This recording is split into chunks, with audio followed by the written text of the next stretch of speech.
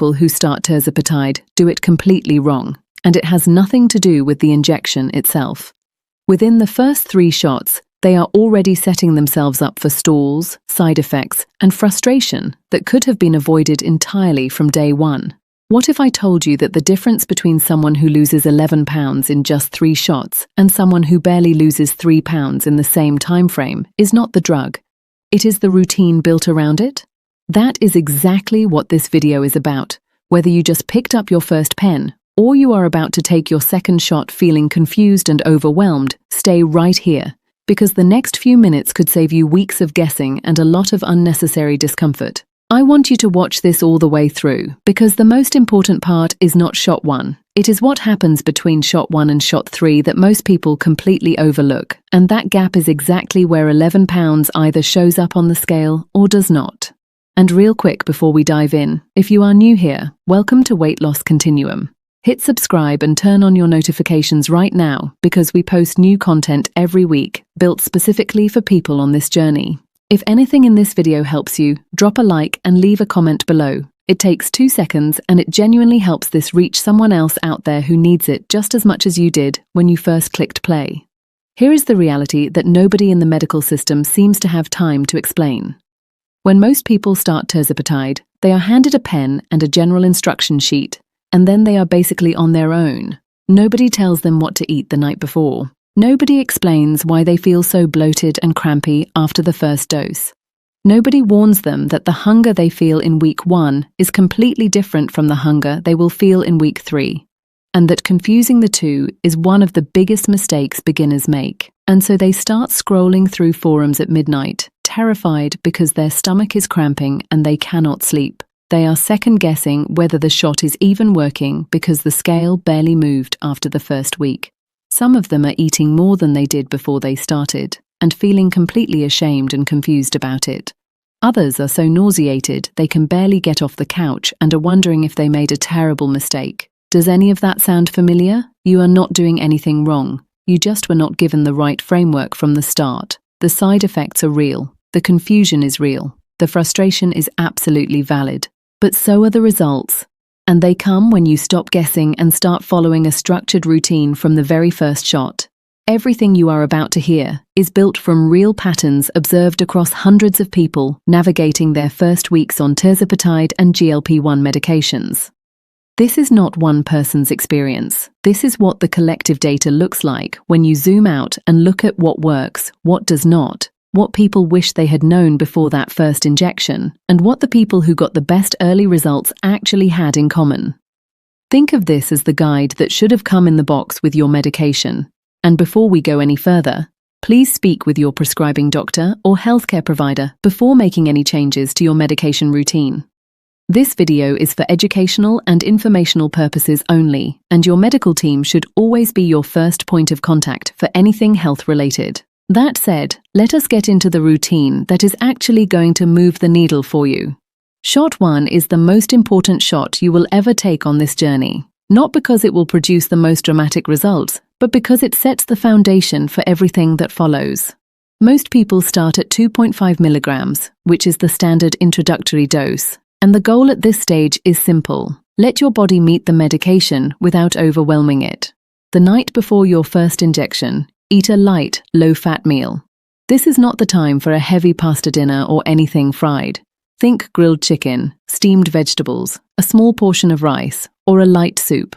Fat slows gastric emptying significantly, and since Tirzepatide already slows gastric emptying on its own, combining the two can dramatically amplify nausea. Keep it simple, keep it light, and keep your portions smaller than usual. The morning of your injection, drink at least 16 ounces of water before you do anything else. Hydration is going to be your absolute best friend throughout this entire journey, and building that habit on day 1 before anything else is critically important. Now, regarding the injection itself, the abdomen is the most commonly recommended site for beginners because it is easy to access, pinch, and tends to have the most consistent absorption rate. Rotate sites each week, staying at least an inch away from your belly button in every direction. Pinch a generous amount of skin. Insert the needle at a 90-degree angle and press the button slowly and steadily. Do not rush it and do not pull it out immediately. Hold it in place for a few seconds after pressing the button to ensure the full dose is delivered. After the injection, do not rub the site. Just hold gentle pressure with a clean finger for a few seconds and then leave it alone. In the hours after your first shot, you may notice mild nausea, some bloating, stomach cramping, or a general sense of fullness, even if you have not eaten much. All of this is normal. Your body is meeting a new hormone signal for the very first time, and it is in the process of adjusting. Do not eat a large meal after your injection. Stick to soft, easy-to-digest foods throughout that day: scrambled eggs, plain yogurt, broth-based soup, a protein smoothie. If nausea hits hard, ginger tea or peppermint tea can help significantly, and small sips of cold water often settle the stomach better than large gulps. For tracking purposes, write down 3 things on every injection day: what you ate before and after the shot, how much water you drank throughout the day, and how you felt in the 12 hours following the injection. This simple log will become one of the most valuable tools you have by the time you reach shot 3. By the time shot 2 arrives at week 3, something interesting has usually happened. Some people feel dramatically less hungry and are already noticing changes in how food tastes and how quickly they feel full. Others feel like nothing has changed at all and are starting to panic. Both experiences are completely normal at this stage. The medication is still building in your system and reaching consistent blood levels, and week 3 is when people start making one of 2 critical mistakes that can derail their progress significantly. The first mistake is eating too little because their appetite has dropped and they assume that eating as little as possible will speed up their results. The second mistake is eating too much because their appetite has not dropped yet and they are frustrated and panicking that the medication is not working for them. Here is what you actually need to focus on in week 3, regardless of which camp you fall into: protein. Aim for at least 80 grams of protein per day. If you can reach 100 grams, even better. The reason this matters so much at this specific stage is that when your body enters a caloric deficit, which it should be by now, it does not automatically burn only fat. It will also burn muscle for energy if protein intake is too low. Protein is the signal that tells your body to preserve muscle mass while the fat comes off. Without enough of it, you will lose weight on the scale, but you will be losing the wrong kind of weight and your metabolism will slow down as a result. Prioritize eggs, Greek yogurt, cottage cheese, lean chicken and turkey, canned fish, and protein shakes with minimal ingredients if whole food sources are hard to hit. Keep dietary fat moderate and carbohydrates on the lower end, focusing on vegetables, legumes, and whole food sources rather than processed or packaged options. Your hunger signals are changing in week 3 too. You may notice for the first time that you feel full much faster than you ever did before, sometimes after just a few bites. This is the medication doing exactly what it is designed to do. Do not override it. When your body tells you it is full, honor that signal and stop eating, even if there is still food on your plate. This is one of the most important new habits you can build in week 3 because it will carry through the entire rest of your journey. Also, pay close attention to your energy levels in this week. Some people experience mild fatigue as the body adapts to both the medication and the reduced caloric intake. Make sure you are not going too far below your maintenance calories. A 500-calorie daily deficit is a solid, sustainable target. A crash diet layered on top of this medication is not. Shot 3 is where people start to see the results that made them decide to start this medication in the first place. And it is also where doubt creeps in hardest if things are not going exactly as expected. By week 5, people following a clean and consistent routine have typically lost anywhere from 6 to 12 pounds. The 11-pound benchmark we are working toward in this video is absolutely achievable and is not an outlier. It is the result of doing shots 1 and 2 correctly. But here is where you need to stay grounded and understand what is actually happening inside your body. Some of that early weight loss was water weight. The first week of any significant dietary change often shows a dramatic drop on the scale because glycogen, the stored form of carbohydrates in your muscles and liver, holds onto water molecules. As your eating decreases and your body draws down those glycogen stores, you release that water rapidly. By shot 3, that initial phase has passed completely and you are now in true fat loss territory. Fat loss is slower, steadier, and far more meaningful than water weight loss. If the scale has stalled somewhere in week 4 or 5, do not panic and do not assume the medication has stopped working. A stall at this stage is almost always a sign that one of 3 things needs adjusting. Your protein intake has quietly dropped below your target, your daily water intake has fallen off, or your total caloric intake has crept back up without you noticing, often through liquid calories, condiments, or portion sizes that have slowly grown back toward normal. Go back to your injection day log from shot 1 and compare it honestly to where you are now. 9 times out of 10, you will find your answer there. If your results have been strong and your prescribing doctor has recommended stepping up to the next dose level, week 5 is typically when that conversation happens. But do not rush it, and do not push for a dose increase before your body is ready. Moving up too quickly is the single most common reason people experience severe nausea, vomiting, and the kind of side effects that make them want to quit entirely. Let your body set the timeline and trust your doctor's guidance on when to step up. Let us talk about the 4 mistakes that come up over and over again in the first 3 shots, because simply avoiding these could be the difference between losing 11 pounds and losing 4. Mistake number 1 is skipping protein, and it is alarmingly common even among people who know better. When your appetite drops significantly, it is far too easy to reach for whatever is convenient: crackers, a piece of fruit, a small bag of chips.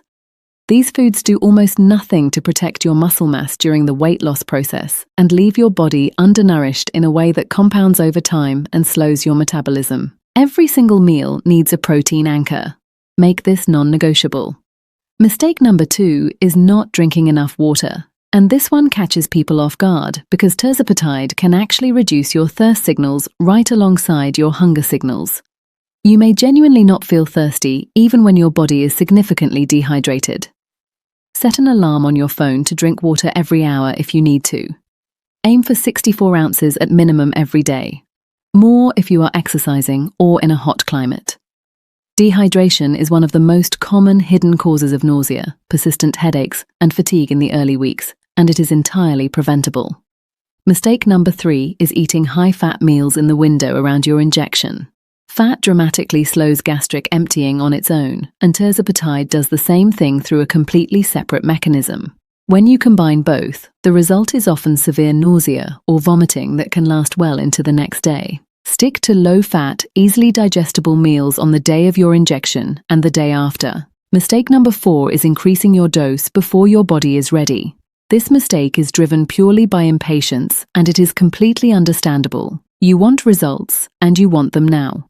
But tirzepatide is not a medication where a higher dose simply means faster results in the early stages. It means a significantly higher side effect burden, more discomfort, more missed days at work or school, and often more discouragement that leads people to stop the medication altogether. Trust your prescriber's timeline. Trust the process. A few practical additions that consistently show up in the routines of people who have the smoothest and most successful early experiences on tirzepatide. Magnesium glycinate taken at around 300 to 400 milligrams before bed can help address the constipation that sometimes accompanies GLP-1 medications, and it also meaningfully supports sleep quality during the adjustment period when your body is working hard to recalibrate. Electrolytes deserve their own mention because this is one of the most overlooked pieces of the early tirzepatide routine. As you eat less and drink more water, your body can flush out sodium, potassium, and magnesium faster than you are replacing them through food, leading to fatigue, muscle cramps, brain fog, and the kind of lightheadedness that many people mistakenly attribute to the medication itself. A clean electrolyte powder with no added sugar added to your daily water can make a dramatic difference in how you feel in those first few weeks.